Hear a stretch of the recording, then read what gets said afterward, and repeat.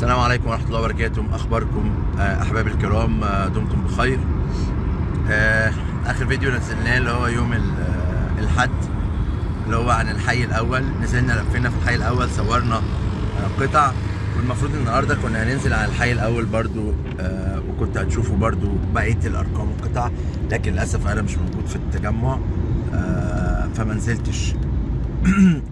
انضغطت، فطبعا لازم اكلمكم. بنزل طبعا كده فيديو احد وخميس، فلازم على الاقل لو ما نزلتش الفيديو بتاع الموقع على الاقل اكلمكم، اطمن عليكم وتطمنوا عليا، بحيث ان احنا في الاخر يدوم ما بيننا التواصل او الود او الاستفسارات او ما الى ذلك.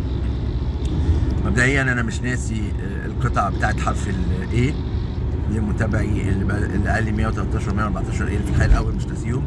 في قطع جديده نزلت في الفيديو الاخير دوت بتاع يوم الاحد، برضو هكتبها.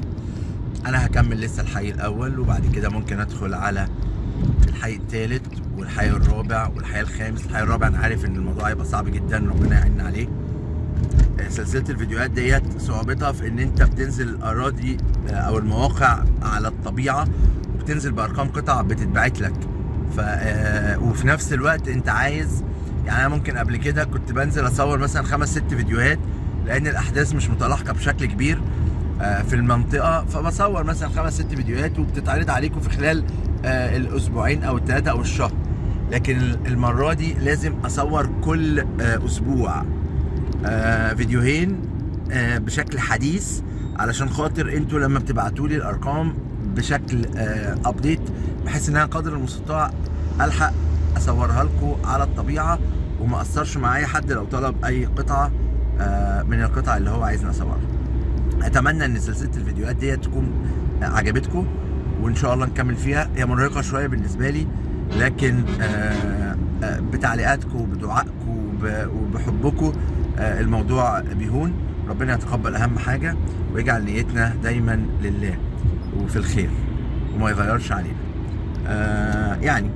هنكمل الحي الاول ان شاء الله، ممكن من الاسبوع القادم، يعني الحد ان شاء الله ننزل لو ربنا احيانا وعرفت انزل.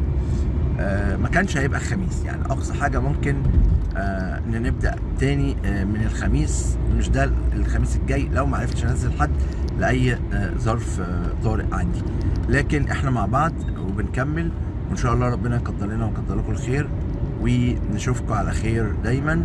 ولو حد محتاج اي نصيحه او اي معلومه تخص الحاجات اللي نزلت يقول، وهو لو حد محتاج قطع معينه لسه احنا ما صورناش المنطقه بتاعتها، فرصه في الايقاف دوت يقولها لي، وانا ان شاء الله هكتبها وازودها وادخلها، بحيث ان احنا ان شاء الله نصورها لكم.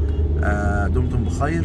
كان معكم محمد المهدي. ما تنسوش تدعوا لاخويا عبد الله بالرحمه والمغفره، وهسيب لكم لينك الفيديوهات بتاعه. ربنا يتقبله من الصالحين، وربنا يتقبل الفيديو ده في ميزان حسناتنا.